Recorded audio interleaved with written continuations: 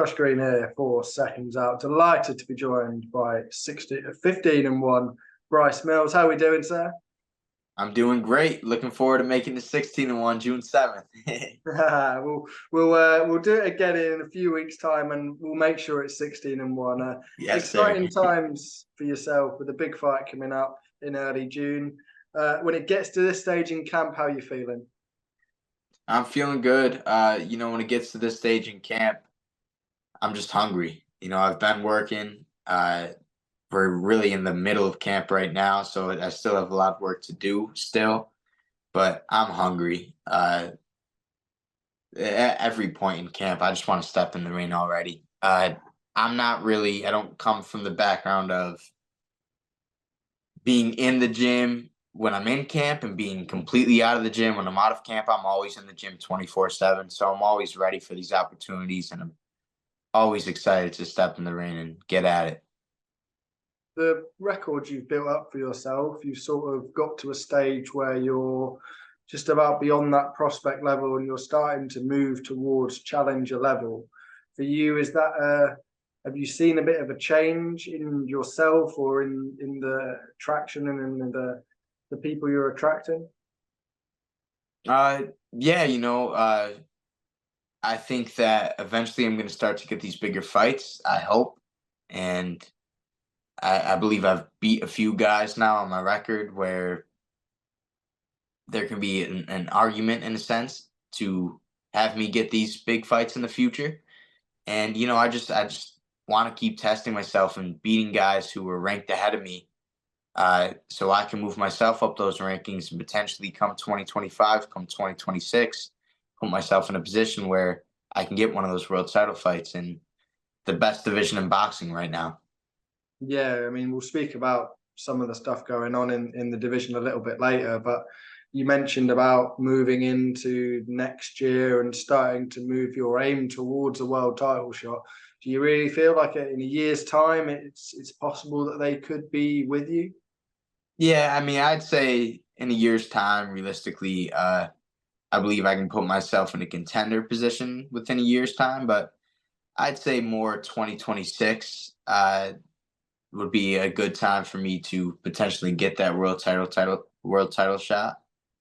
But I'm always ready at any moment. And if I get that shot today, I get that shot tomorrow. Whenever I get my shot, you have to take it because it's a once in a lifetime opportunity.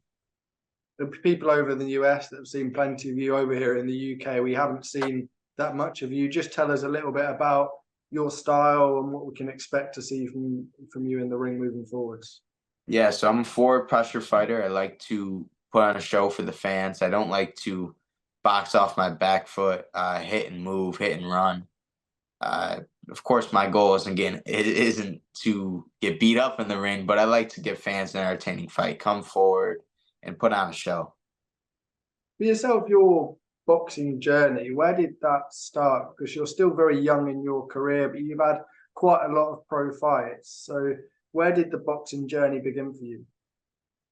So my boxing journey began at the age of 19, and I had a different career than most boxers. I actually started out my career as a kickboxer at 12 years old. I also had an amateur boxing career, but my main focus at the time was kickboxing, where I had about 30 kickboxing fights, 15 amateur boxing fights. So I turned pro in kickboxing at 17, went 2-0.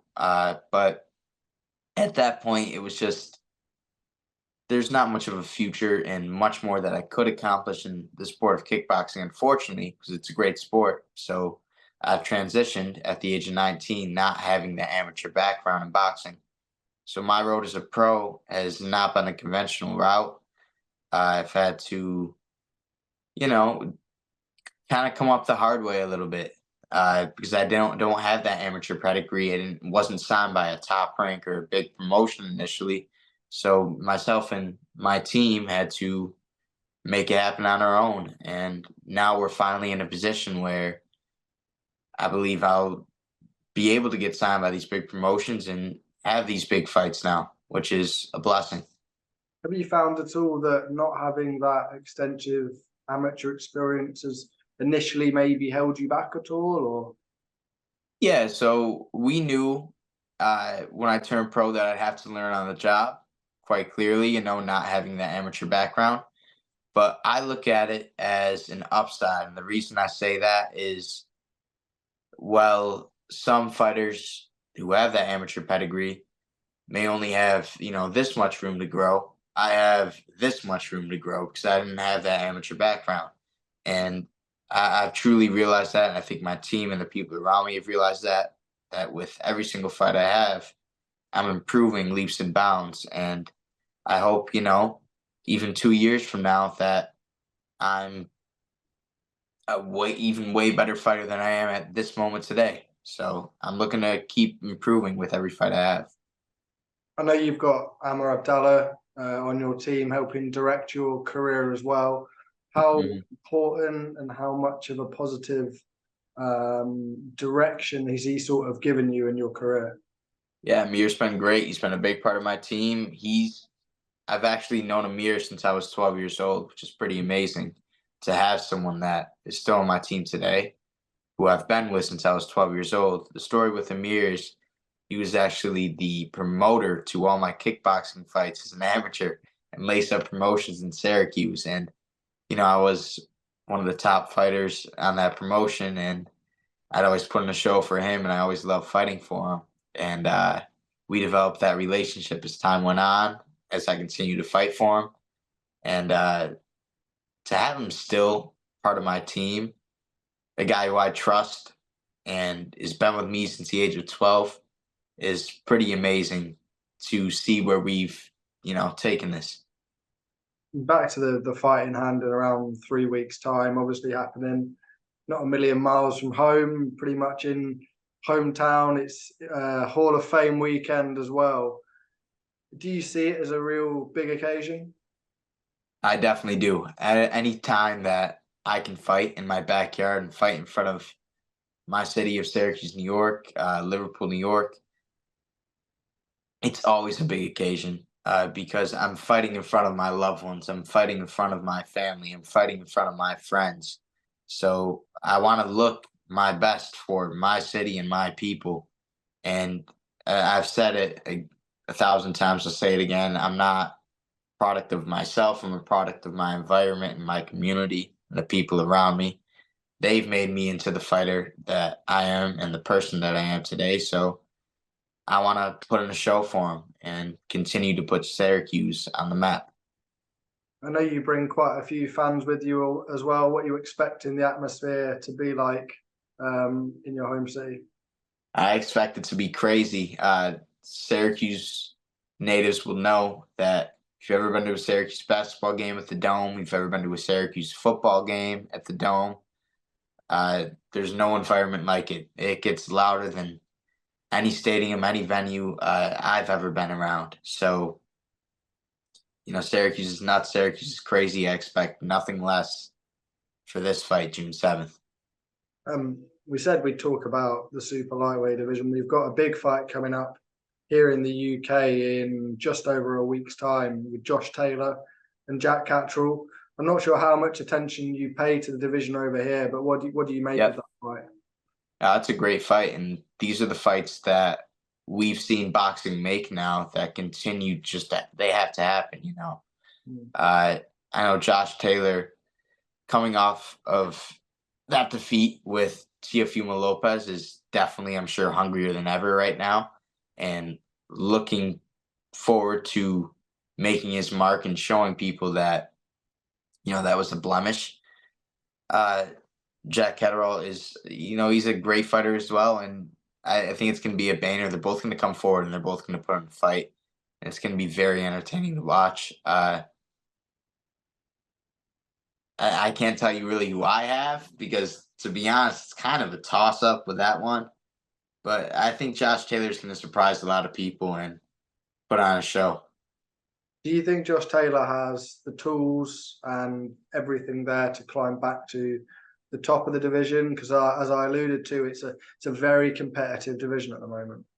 It is a very competitive division at the moment. And I know Josh Taylor's also getting older, but he has the experience that a lot of these guys don't have, and he's been in the ring with guys like Teofimo Lopez.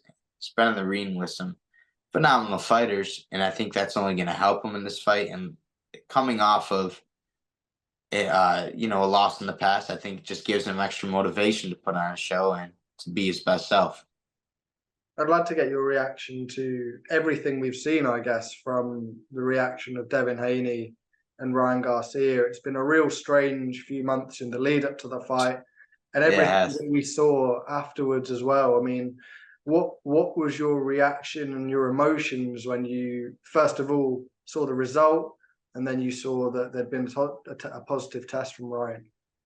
I think, like the rest of the world, my reaction was completely surprised. I didn't expect that. I thought Devin Haney was going to box his head off and come out on top. But hey, credits to Ryan Garcia. Ryan Garcia showed up and showed that he was just too athletic. He hit too hard, and he was too quick for Devin Haney. But he's got two weapons. He has a big right hand, and he has a big left hook. Does he have much more? No, but hey, maybe a right hand and a left hook is all he needs, and he showed that in his fight with Devin Haney. But as far as the positive test goes, I know there's been blurred lines of is it really a positive, or is it a false positive, or is it that, or is it this? If Ryan Garcia really has cheated the sport, though, and put an illegal substance in his system knowingly that it was an illegal substance, I believe he should be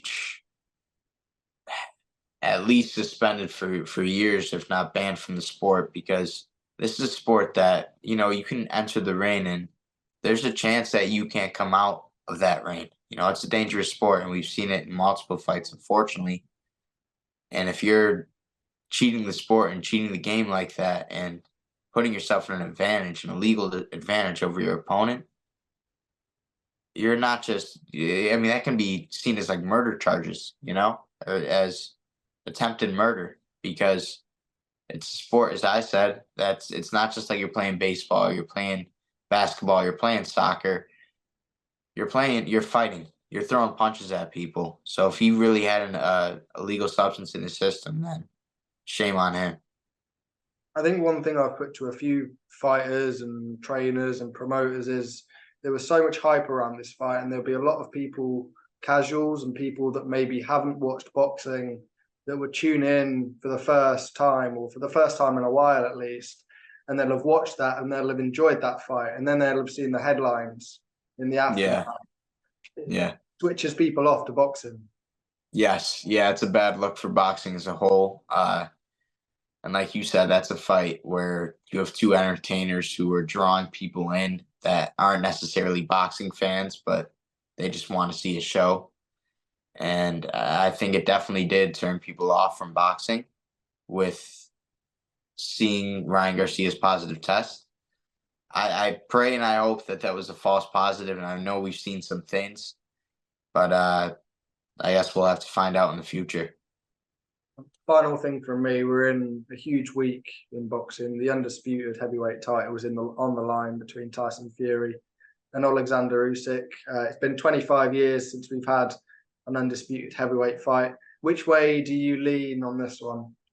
Oof. I mean, two great champions. I know Tyson, coming off that Francis Ngannou fight, like I said with Josh Taylor, it was not his best performance at all. Do I think he took that fight seriously and trained as hard as he could have?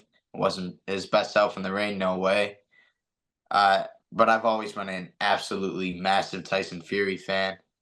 I love his personality. I love who he is. And I love him as a boxer. You know what I mean? He's showing more skill at the heavyweight division than I think we've seen in years and years' time. He fights like a fighter that's not a heavyweight, but he's 6'9", 6'8", and 275 pounds. He's massive, but he fights like a guy in my division at times. So Usyk, who has come up from cruiserweight, is so much smaller, but a phenomenal boxer, puts his combinations together well, moves well, has great footwork, great defense. He also had a tough fight in that Daniel Dubois fight recently. So, man, I'd have to go with Tyson Fury, but I just want to see a good fight. Do you think the size, the reach, and the weight could be a real defining factor in this fight? I definitely do. I think Tyson Fury, if he uses his jab properly and uses a straight right hand, I think he can keep Usyk at a range where Usyk's just not able to get inside and not able to hit him. And I think also the weight advantage is huge too. I think Tyson's just gonna have more pop on his shots, on his punches. You know, there's weight classes for a reason. And with Usyk coming from the cruiserweight division and Tyson, who really could be a super heavyweight, I think it's going to play a big factor in there. Brilliant stuff. Well, final thing from me, for those that want to keep up to date with yourself and the camp and obviously fight night in 3 weeks' time, where can they find you on social media? So you can find me on Instagram at bmills, BMILLZZZS, TikTok Bryce Mills, and Facebook Bryce Mills. All right, good stuff. Really appreciate your time, Bryce, and Thank you. best of luck when it rolls around. Thank you so much. Appreciate it.